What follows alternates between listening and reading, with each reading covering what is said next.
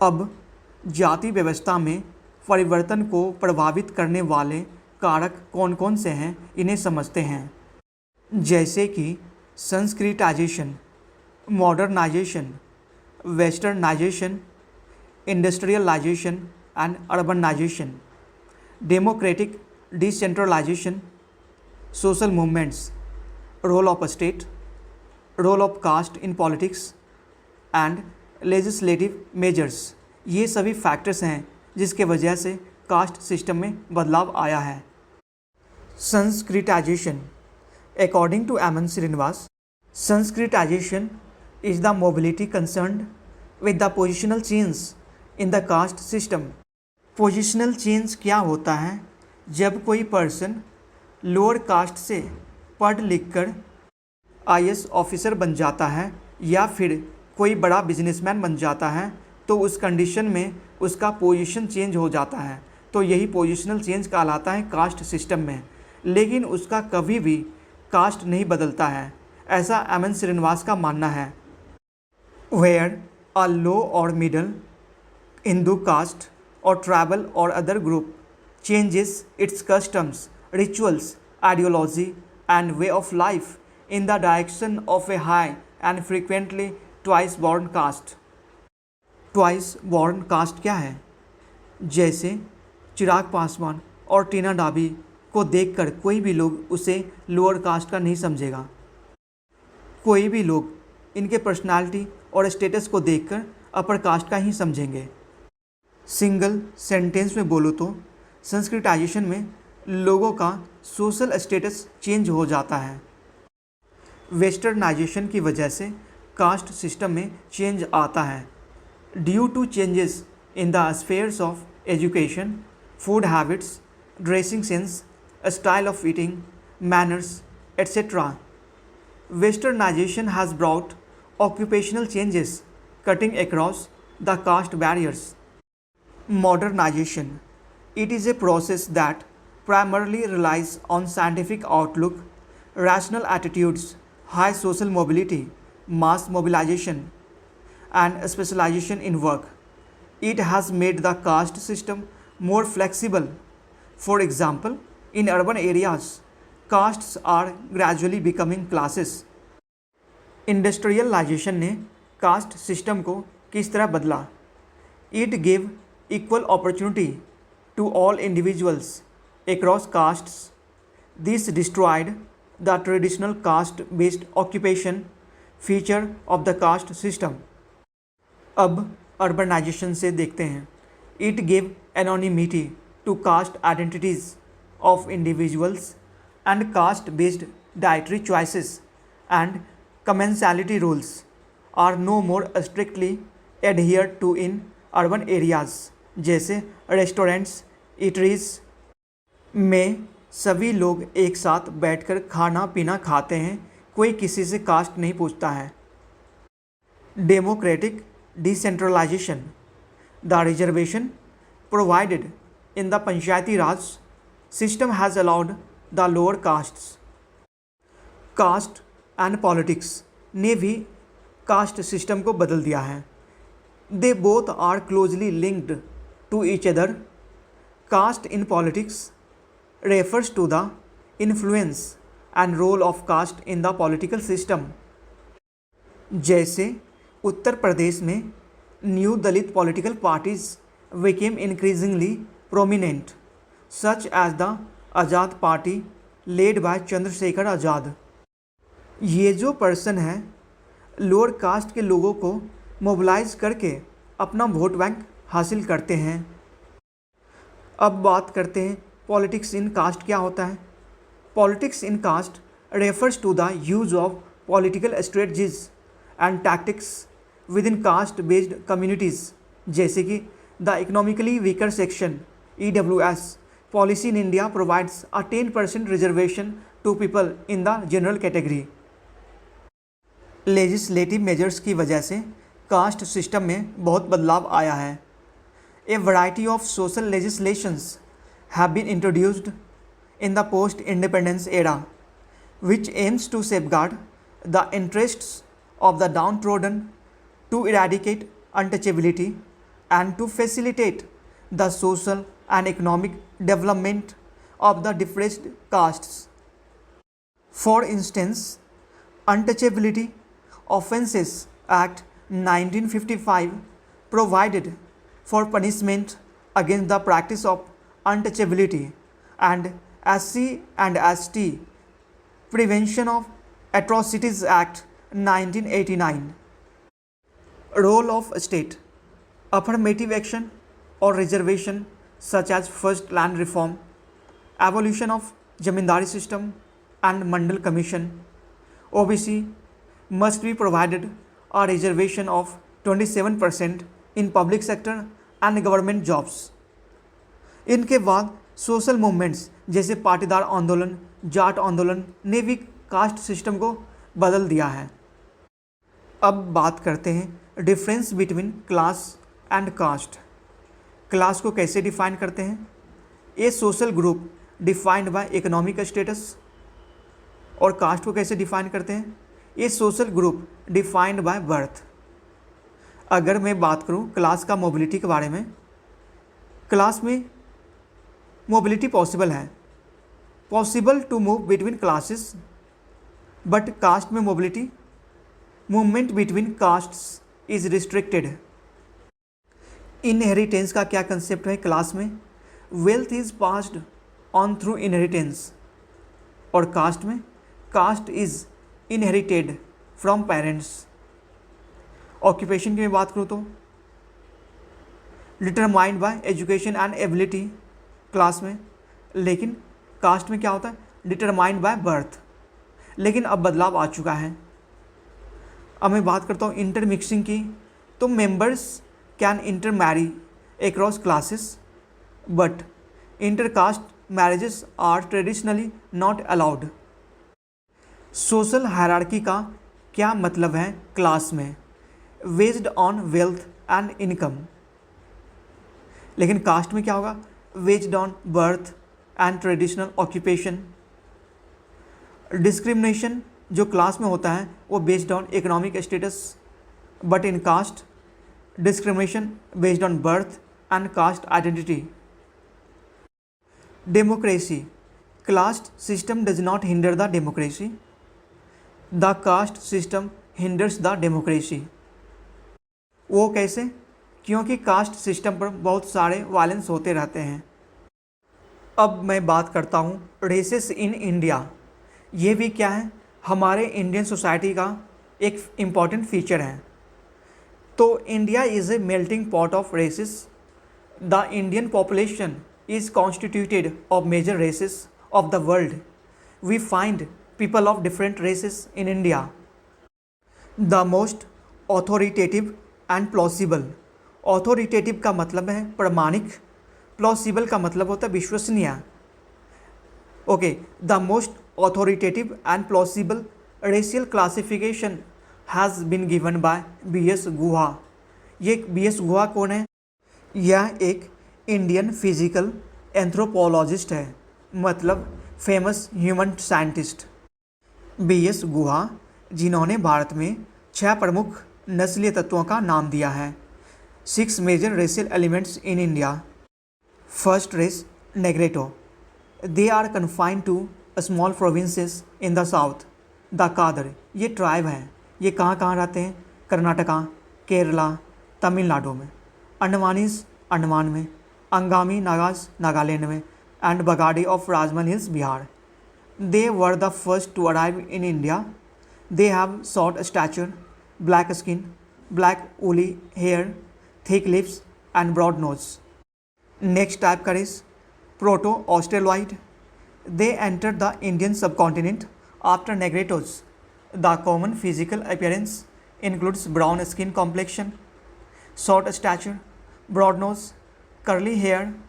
Central India tribes like Bhils, Mundas, Santhal, Ho, Chenchas manifest their racial characteristics. यह एक Chenchu tribe है जो Chenchu language बोलते हैं। ये इंडिया में कहाँ रहते हैं? Andhra Pradesh, Telangana, Karnataka and Odisha. Mongoloid, they are divided into Paleo-Mongoloid, present in Nagas of Himalayan regions and northeast India. Then Tibeto-Mongoloid in Sikkim and Bhutan. They have yellow skin, a straight hair, prominent cheekbones, and almond-shaped eyes with an epicanthic fold. Epicanthal fold ऊपरी पलक की त्वचा की एक तह होती है जो आँख के भीतरी कोने को ढकती है। North eastern tribal groups like Naga Khasi, Garo belong to this racial group. Mediterranean race, they enter the Indian subcontinent from the Mediterranean region. They are characterised by brown complexion, medium nose, medium stature, long and narrow head. They are connected to Dravidian languages and culture. They spread over the entire subcontinent with a major concentration in South India. Western brachycephals, they are classified into the following. First, alpinoid, North and Western India. Second, Dinaric, Bengal and Odisha. Third, Armenoid, इसमें कौन आते हैं? पारसीज आते हैं। They are characterised by medium stature, straight hairs, round face, prominent nose. अब last race की बात करते हैं, that is Nordic race. They were last to arrive in India. They spread over the entire subcontinent with major concentration seen in Punjab, Haryana, Jammu, Kashmir and Uttarakhand. अब बात करते हैं tribes in India. ये भी इंडियन सोसाइटी का एक feature है। Tribes have been classified as a group of home grown people with a little background who were entitled to have a common name, language and territory, tied by strong kinship bonds, practicing endogamy, distinct customs, rituals and beliefs, simple social rank and political organization, common ownership of resources and technology. These tribes are often marginalized and face challenges such as poverty, limited access to education and healthcare, and discrimination. There are about 705 scheduled tribes in the country and constitute 6% of the population of the country, according to the 2011 census. However, in India, many of these characteristics are shared by many other castes. This questions the validity in distinguishing them from other castes. Many conceptual attempts have been made to define tribes. Tribes और caste में बहुत सारे similarity होते हैं। इसके वजह से tribes को डिफाइन करना थोड़ा मुश्किल हो चुका है। The tribes in the state are dispersed across the state, living in different physical environments, exhibiting varied lifestyles, social habits, religious beliefs, and cultural patterns. Geographically, the tribes are centered in 5 regions as follows. Himalayan region में Gaddi, Jaunsari, Naga tribe रहते हैं। Middle India में tribes जैसे मुंडा, संथाल आते हैं। President Draupadi Murmu भी संथाल आदिवासी से आते हैं। वेस्टर्न इंडिया में ट्राइब्स जैसे भील, ग्रासिया ट्राइब रहते हैं। अब बात करते हैं साउथ इंडियन रीजन में टोडा, चेंचू जैसे ट्राइब रहते हैं। आइलैंड्स रीजन में जारवास, अवंदीवी जैसे ट्राइब्स रहते हैं। ट्राइबल रीजन्स के समस्याएं क्या हैं, इन्हें समझते हैं। पहले तो forest resources have declined and forests have been increasingly brought under reservation. They are no longer the comfort zones of the tribal people except in certain areas of northeast India. Tribal people have been compelled to give away a lot of land to more experienced agriculturists, to industries, and for big projects like hydroelectric reservoirs.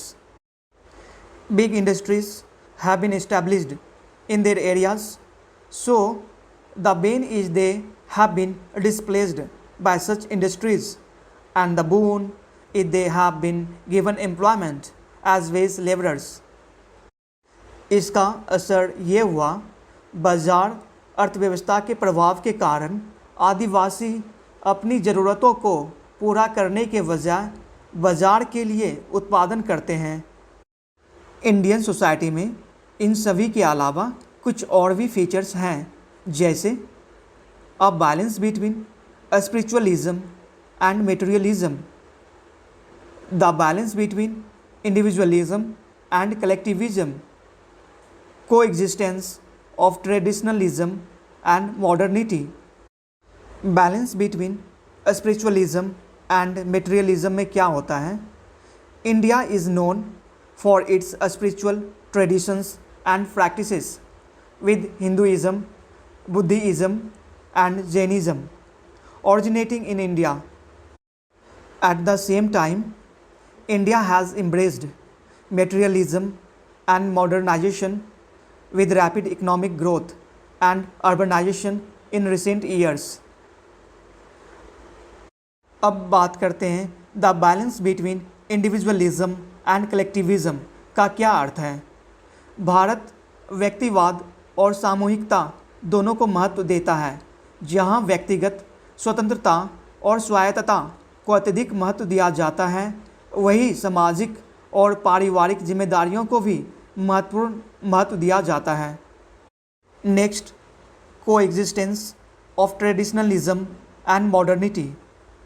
Bharat परंपरावाद और आधुनिकता के बीच संतुलन बनाने में कामयाब रहा है, जिसमें पारंपरिक प्रथाएं और मान्यताएं आधुनिक विचारों और प्रथाओं के साथ सह-अस्तित्व में हैं। इसके परिणामस्वरूप पुराने और नए का एक अनूठा मिश्रण हुआ है, जो भारतीय समाज के विभिन्न पहलुओं जैसे संगीत, कला और वास्तुकला में स्पष्ट है। Finally, we are going to discuss about diversity in India. India is a diverse country with a rich history and culture, and there are various forms of diversity that exist in the country. India's first Prime Minister coined the phrase unity in diversity in his 1946 book Discovery of India to describe India's diversity in religion, race, traditions, language, culture, caste and ethnicity. Unity in diversity essentially means unity without uniformity and diversity without fragmentation. Examples of diversity exist in India with the help of very distinct UT and states, that is Ladakh and Kerala. Ladakh की बात करें तो यह एक union territory है India का, located in the northern part of the Indian subcontinent. Ladakh उत्तर में काराकोरम पर्वतमाला और दक्षिण में जास्कर पर्वतमाला से घिरा हुआ है। यहाँ बहुत कम कृषि संभव है, क्योंकि यहाँ प्रचुर मात्रा में वर्षा नहीं होती है और यह आमतौर पर बर्फ से ढका रहता है। यह पश्मीना ऊन के लिए प्रसिद्ध है। लद्दाख में बौद्ध धर्म तिब्बत के रास्ते आया था और इस वजह से इस शहर को छोटा तिब्बत भी कहा जाता है। लगभग 400 साल पहले इस क्षेत्र में इस्लाम का आगमन हुआ था। केरल की बात करें तो Kerala is situated in the south western part of India. It is surrounded by the sea on one side and the hills on the other side. ऐतिहासिक प्रभावों के कारण केरल में विभिन्न धर्मों का पालन किया जाता है। मसालों के कारण यह स्थान व्यापारियों के बीच बेहद लोकप्रिय है। केरल की भूमि उपजाऊ है और विभिन्न फसलों को उगाने के लिए उपयुक्त है। वैश्वीकरण, अंतर्राज्य गतिशीलता के आगमन के साथ विभिन्न सामाजिक समूहों की परस्पर निर्भरता बढ़ी है, जो सभी के बीच एकता और एकता को मजबूत करती है।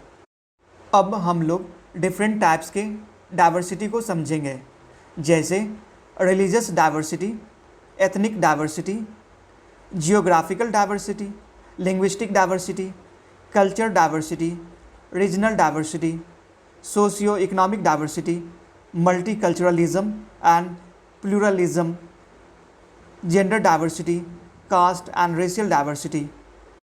Ethnic diversity. India is a country with significant ethnic diversity with a range of ethnic groups spread across the country. The major ethnic groups in India include Indo-Aryans.